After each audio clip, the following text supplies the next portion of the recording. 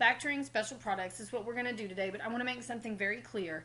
If for some reason you don't see the patterns or you struggle to see the patterns in what I'm going to show you today, everything that we are going to do today can be factored in the ways that we have been doing before. You can still use AC method, you can still use box method, you can still factor with the GCF. That will all still work.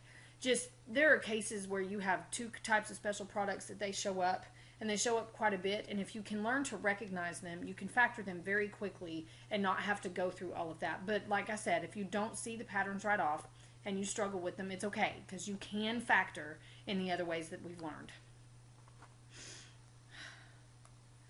So the first special products we're going to talk about are called perfect square trinomials. These right here are the standard form of what a perfect square trinomial looks like. It can either look like this one with the a squared plus 2ab plus b squared, or it can be a squared minus 2ab plus b squared. What it cannot be is a squared minus 2ab minus b squared. There cannot be a minus sign here. If there's a minus sign right there, then it's not a perfect square trinomial automatically. This minus is fine, but having a minus in front of this last term is not. But these are standard form. It's what they look like normally. Here are the things that you really need to concern yourself with. First of all, for a trinomial to be a perfect square, the first term, this one, and the last term, this one, have to be perfect squares. If they are not perfect squares, you automatically don't have a perfect square trinomial. The second thing that you have to concern yourself with is this middle term right here. This middle term has to be 2 times a factor from the first term and a factor from the last term. So it's, and I'll show you, but it's, you take a factor from this one, a factor from this one, and then times 2. And that's what makes the middle term work. This is sort of the hardest one to catch because this middle term thing takes some practice. But so we're going to do that. We're going to do a couple so you can start getting used to this. First thing we're going to decide is whether or not what we're dealing with is a perfect square trinomial. If it is, we're going to factor it. If it's not, then we're going to explain why and move on. So here is the first one. The first term is 4x squared. 4x squared is a perfect square because 2 times 2 is 4 and x times x is x squared. So 4x squared is a perfect square. Its two factors are 2x and 2x. You're going to need to know that. Now the last term, 1, is also a perfect square because 1 times 1 gives me 1. So they're both perfect squares. There are my factors. Now to check this middle term right here, I have to take 2 times one term from the first one and one term from the last one. So I'm going to multiply that. 2 times 2x is 4x, and 4x times 1 is still 4x. This is the number that is in the middle. So this is a perfect square trinomial because I have perfect square at the first, perfect square at the end, and the middle term is 2 times a factor from this one and this one. Okay, so here I have a perfect square trinomial. Now I'm going to back up for just a second. It looks like this one, the second one. And because it looks like the second one, then my factors are going to be a minus b times a minus b, or just a minus b squared. Since I have already factored out what the factors are for the a and the b, then it's really very easy, okay? I take a factor from the first one, which is 2x, minus a factor from the second one, which is 1. And since this is a perfect square, I have to write it twice. So it's 2x minus 1 times 2x minus 1, or 2x minus 1 squared. And derp, just so you know, I did replace the batteries in my pen, and so you don't need to comment and tell me to change the batteries in my pen. It just acts weird sometimes, and I don't know why. But the batteries are fine. Everything's charged, so you don't have to comment on that. All right. So let's try another one. 81x squared plus 90x plus 25. So let's check it. 81x squared. Well, that's a perfect square because 9 times 9 is 81, x times x is x squared. So 81x squared works. Its factors are 9x and 9x. And then 25, we all should know right off, that's a perfect square. 5 times 5 gives me 25. So far I check out. So let's check the middle term. 2 times a factor from the first one and a factor from the last one. Well, 2 times 9x is 18x. And then 18x times 5, well, that's going to be 90x. Unless I, am crazy and didn't do my math correct. And I did. It equals 90x. So the middle term also checks out. So my two factors are, there's one here and one here. And since this one is a plus sign here, my two factors are 9x plus 5 times 9x plus 5. Or 9x plus 5 squared. It doesn't matter how you write it. This is just as correct as this. Just know that if, it's a multiple choice test, you will probably see this, not this. But they both are correct. It doesn't matter which one you write. So these were both perfect square trinomials. I have factored them. Let's check the next one. 9x squared. Well, that's a perfect square. Its two factors are 3x and 3x.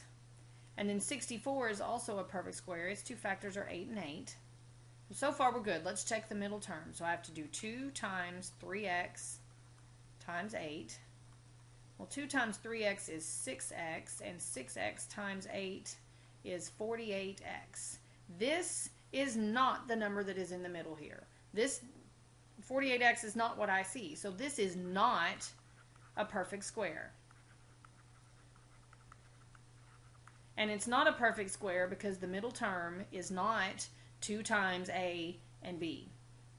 And so it's not a perfect square. I'm not going to factor it. If you just have to because you just want to know, you can use AC method. But this one's not a perfect square, and since the direction said, I don't have to factor it, we're not going to. So that's what one looks like that is not a perfect square. All right? Let's do another one. Why don't you take a second and look at this one, x squared plus 5x plus 4, and see if you can determine if it's a perfect square trinomial or not. Pause for just a minute, see if you can figure it out, and then when you come back, we'll see how you did. So x squared is a perfect square. Its two factors are x times x. 4 is also a perfect square. Its two factors are 2 times 2.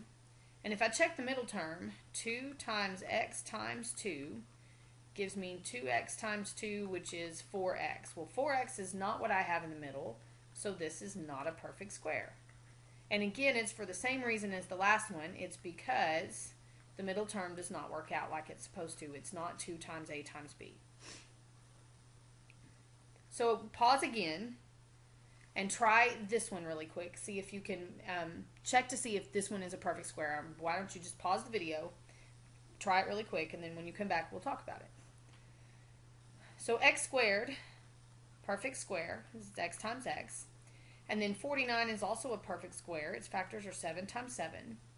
And so the middle term, 2 times x times 7, well, 2 times x is 2x, times 7 is 14x. Yes, the middle term checks out. This is a perfect square trinomial. So my factors are going to be, because of the minus sign here, they're going to be minuses, x minus 7 times x minus 7,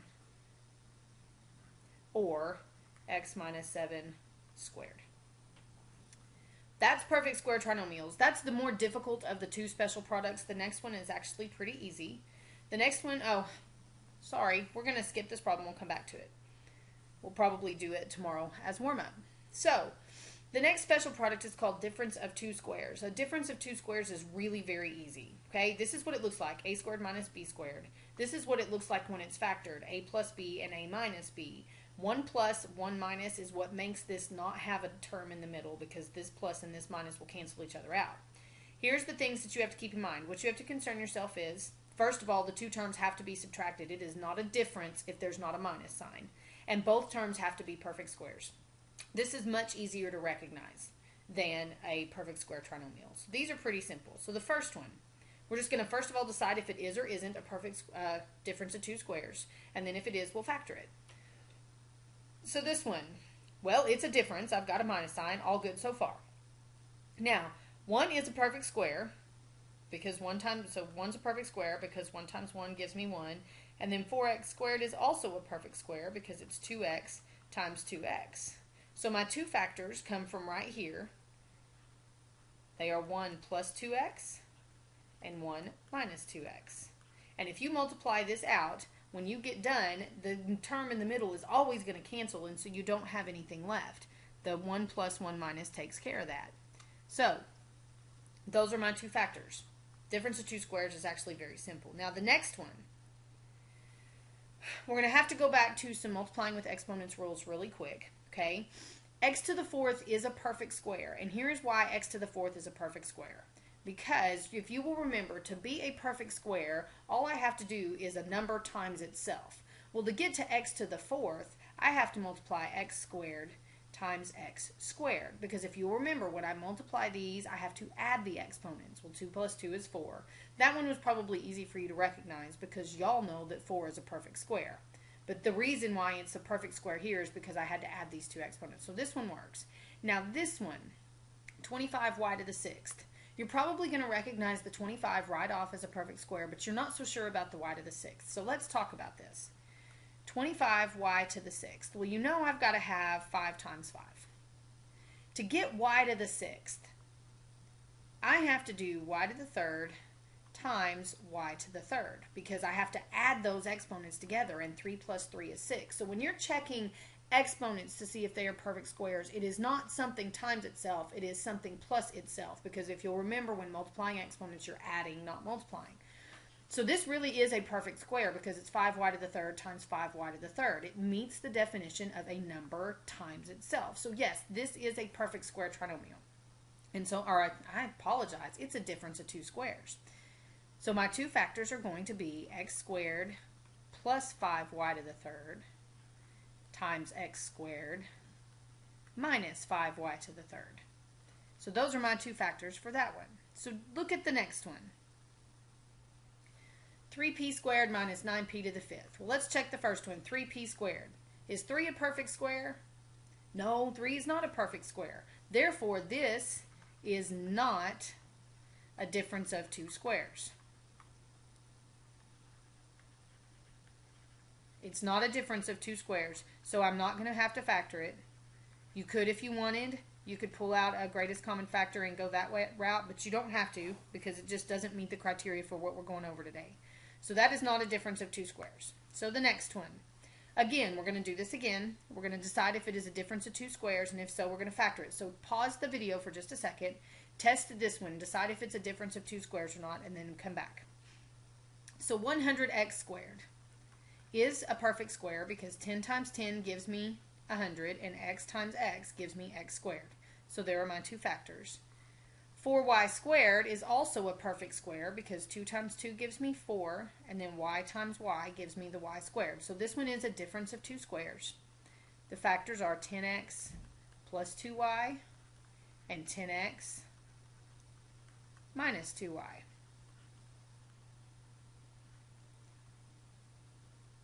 So check the next one. Pause the video for just a second and go ahead and check the next one. Decide if it is a difference of two squares. Remember, when checking exponents, it's a number plus itself, not a number times itself. So p to the 8th is going to be a perfect square because it's p to the 4th times p to the 4th, because 4 plus 4 is 8. And then 49 q to the 6th. Well, 49 is 7 and 7. And then q to the 6th gives me q to the 3rd and q to the 3rd. So this is also a difference of two squares. The two factors are going to be p to the 4th plus 7q to the 3rd and p to the 4th minus 7q to the 3rd. And those are the two factors for that one.